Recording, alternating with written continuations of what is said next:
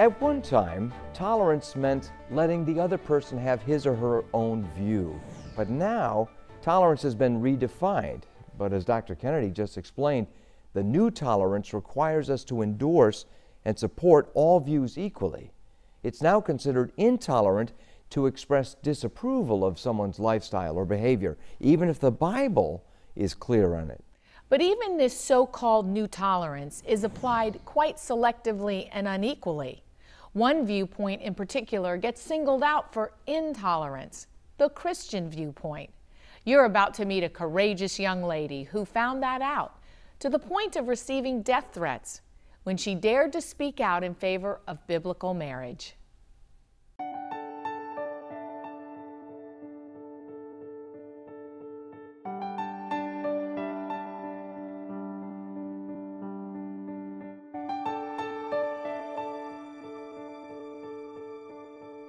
Sarah's our middle child, and the name Sarah means princess. I like to play the piano.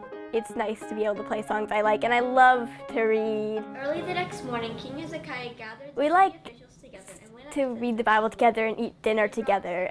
We're a very close family. My daughter got interested in the pageant when she read about it. Her eyes started sparkling and her eyes lit up, and she said, I think this is something I'd like to do. But when I get up on stage, I just feel totally at home, and I just love it so much, and it's really fun. Our local pageant system is a scholarship pageant. They focus on leadership qualities, public speaking, confidence with that microphone in there, confidence in who you are as a person. And last year she was able to earn the crown for her division. I was so excited. I actually started crying on stage because I worked so hard. My husband and I feel very strongly about bringing our children up in a Christian environment, in a Christian home, and building a foundation of Christian values in their life. Thank you, Jesus. We always have family dinner together. I like to make that a discipline. One night at dinner, my mom was talking about when the Senate was meeting, because she was going to testify. We found out that the date of the public hearing on the marriage redefinition bill before the Maryland State Senate Committee was going to be on Sarah's birthday. Any person is allowed to testify on an issue in the Senate.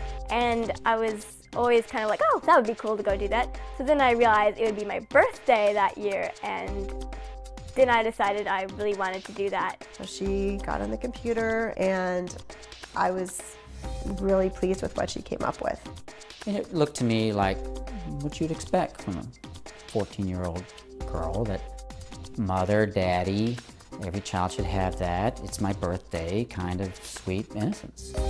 I remember just thinking how thrilling it is that we have this democratic process in America, that everyone can have their say. I went to testify with my friend, my good friend, and her mom.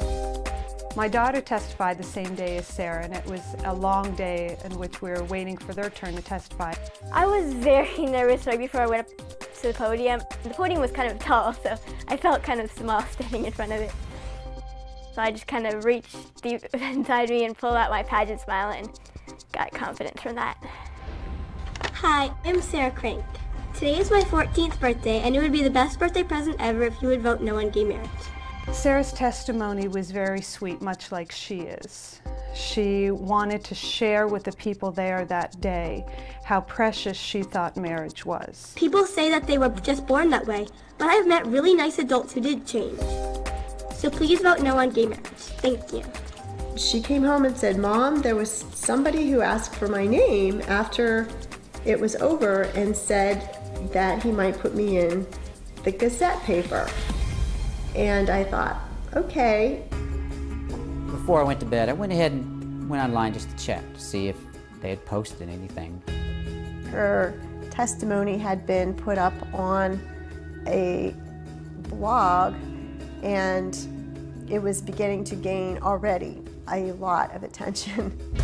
What I saw was an outpouring of hatred towards my daughter, such as I would have never thought possible.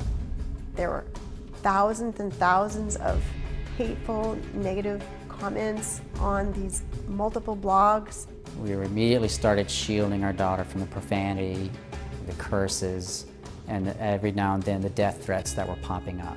And some of the news coverage, the actual coverage from commentary writers, were outright direct attacks on my daughter.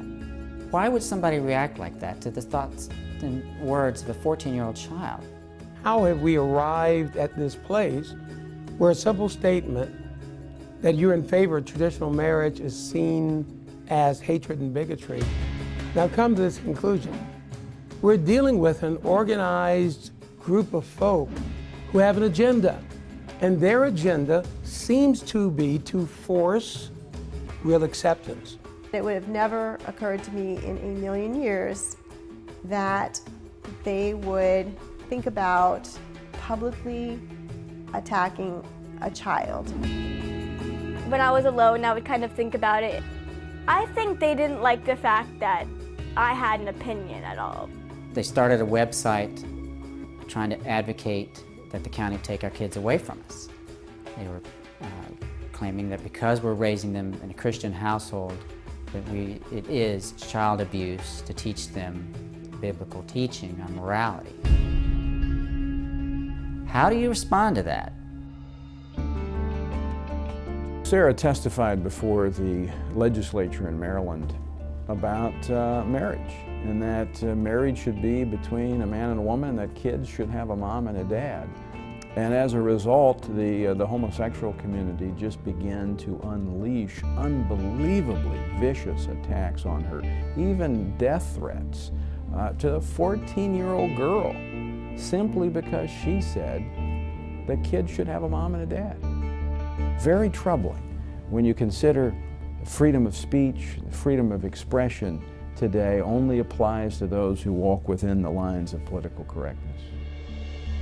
Number one accusation against my daughter is that she's a bigot, that she has somehow decided she's going to hate this entire group of people for some reason. You look at her testimony, there was nothing there, no condemnation, no judgment whatsoever. Yeah, I testified because I just love my family, and like I said in my testimony, I just want everyone to have a mom and a dad and have such a happy life that I've had and well-rounded and everything. Without question, what you see happening is every time someone stands up to speak, they are targeted, they're marginalized, they're demonized, and they're threatened, and it's all designed to silence them. If we allow ourselves to be chased out of the public square, then we will lose. There is no loss when you're a Christian if you're doing what's right. When we do the right thing, it will often result in persecution. Sarah Crank is a young girl who gives me great hope for America. You know, we talk about how we've lost a younger generation. I don't find that to be the case in totality. What I've actually found is that we've got a generation of young people that are more committed to the truth than my generation ever hoped to be, because they've been tested by fire. This whole experience has really changed me, and I kind of have gotten a little bit more confidence in myself, you know. My opinion can be heard too, even though if I'm just a 14-year-old girl. I can change things. What a courageous young lady Sarah Crank is. Yet how far have we as a nation fallen when we're forced to approve lifestyles that God detests and might find ourselves on the receiving end of death threats just for standing up for the traditional biblical view? It's absolutely essential that you understand the shift that has taken place in our society over the past few decades, and that you be able to stand up for unchanging truth graciously, respectfully, and effectively. That's why we've developed an outstanding new resource we want to share with you today. It's the new book, Why Aren't You Tolerant? Questions Christians Face, written in a compelling question and answer format. This new book will equip you to face the so-called new tolerance with solid biblical answers, and ultimately to present Christ to a dying culture that desperately needs Him. Have you ever been in a conversation with someone who accused you of being intolerant because of your Christianity, just wanting to impose your morality on everyone else? The book, Why Aren't You Tolerant? Questions Christians Face takes on hard questions just like that, and many others, and it's yours for a generous gift of any amount to the ongoing work of this ministry. Simply write to us at Box 6056, Albert Lee, Minnesota, 56007, or call us at 888-947-9009, or go online to truthinAction.org.